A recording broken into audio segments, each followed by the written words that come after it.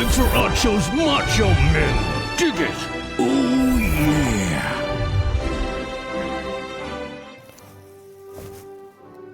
Oh, yeah.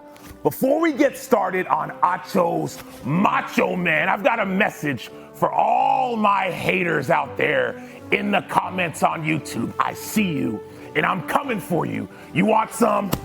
Come get some, brother. Now, on to lighter things. Leonard Fournette, he was dominant on Sunday. He had 4 total touchdowns, 131 total yards.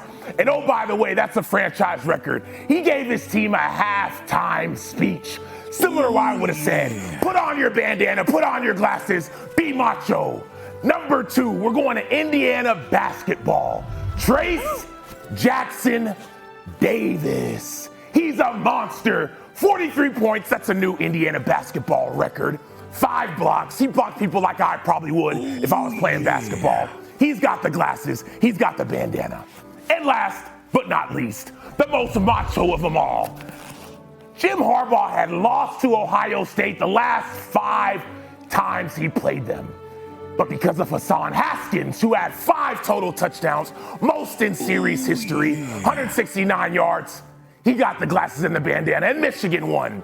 So those are my Macho Men. If you want to challenge me, you know exactly where to find me, brother. Not in the comments. Get your shoulder pads on, put on a helmet. Let's have some fun, brother. I mean, no one can argue this week with Sam Macho because he's throwing Indiana hoops into the mix. About Notre Dame basketball. No, don't do all You that. played Marshall. And what? Macho Man could get 43 against Marshall. Please. Macho Man will get 43 on anybody. Hey, let's go. Let's go. There we go. With the shoulder pads. With the a new element to the Macho Man. I Getting like even it. more macho with the pads. Yeah. I don't need them, but I wanted to, show people. Flex a little bit? Yeah, flex a little bit. I got Part you. of the gig. Okay, we ended with It's college. not a gig, brother. We ended with college and what Michigan did to Ohio State finally over the weekend. So let's keep that same energy. And so now we're approaching the postseason in college football, right? Like conference championships are this weekend.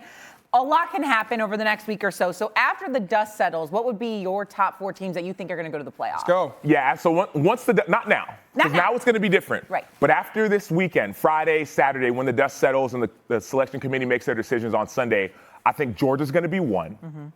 I think that Michigan is going to be 2. I think that Oklahoma State is going to win, beat Baylor, and jump to number 3. And last but not least, what everyone's been waiting for.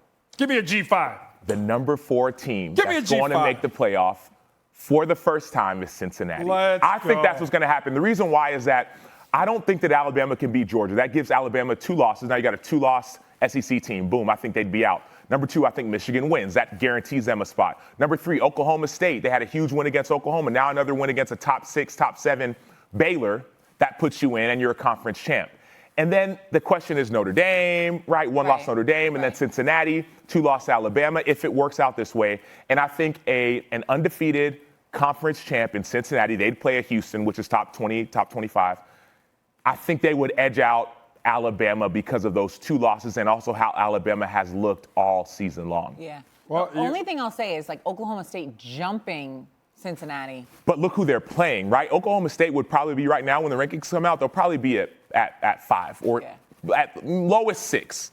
So they'll be at 5. And now you're going to go play number 8, right? That's going to cause you to jump somebody, in my opinion. And you're a conference champ. You've proven it. You'd have 3 ranked wins. You'd have 2 wins over Baylor and a win over Oklahoma. And those are all top 10 wins. And I think that warrants you getting into the top 4 and even number 3. Yeah. And Shay, just chill. We got contenders and pretenders a little bit later on in the show, so we'll talk a little bit more with the questions you may have on those top 4 because a lot of people are going to have them. Cincinnati, you'll be able to drink and eat for free. Free Skyline for this guy. Here's the only issue. Yes. If I don't want to, do too much right now, but the only issue, I was thinking about this morning, if Alabama beats Georgia, Alabama beats Georgia. And they're both in. They're both in. Right. If Michigan beats Iowa, right? Michigan's in. Right?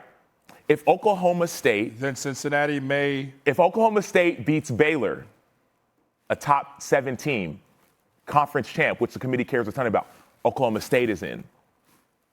Cincinnati might be the odd man out. Cincinnati's got to be rooting for Georgia to take care of business. Bingo. Is what it sounds like. Bingo. Or for Michigan, or Baylor, Michigan to lose, or Baylor to knock Baylor. off Yeah, Oklahoma two-loss State. Baylor probably doesn't make They it. do not. I think the biggest takeaway here is they do not necessarily control their own destiny, Bingo. despite the fact they may go undefeated and win a conference Ooh, championship. it's also juicy in We wanted college to talk football. Monday Night Football, but this is just too big of a It's story too right here in big. college It's football. too This is the best time of the best time of the year. College football season, playoffs, all that stuff. It's unbelievable. Love it. All right, Sam Macho, thank you so much. Macho, as always. And the football pads, I know you're jealous. Do you want to? I am jealous. He's Put them on. Put them on. Oh, I would need them to give me some shoulder. That's the difference between me and Sam. I need them. Thanks for watching ESPN on YouTube. For live streaming sports and premium content, subscribe to ESPN+.